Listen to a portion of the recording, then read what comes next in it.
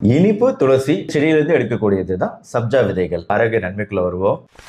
ஒரு நாளைக்கு தேவையான கால்சியம் சத்துல 15%, மெக்னீசியம் சத்துல 10%, எலும்புகளோட தசைகளோட உறுதிக்கும் உறுதுணையா இருக்கக்கூடியது 7 கிராம் நார்ச்சத்து கிடைக்குது.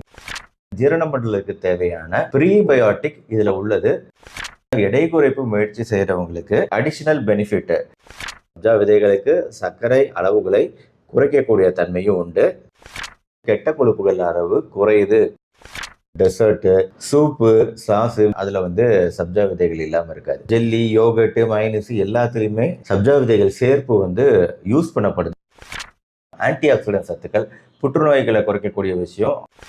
ஃபலூடாலலாம் அந்த ஐஸ்கிரீமோட சேர்க்கப்படுது இந்த சப்ஜா விதைகள். இந்த ஒமேகா 3 கொழுப்புகள் தான் நம்மளுக்கு சர்க்கரை நோய் உள்ளவங்களுக்கு, இதய நோய் பிரச்சனை உள்ளவங்களுக்குலாம் இந்த சப்ஜா விதைகள் மூலமா நம்மளுக்கு கிடைக்குது.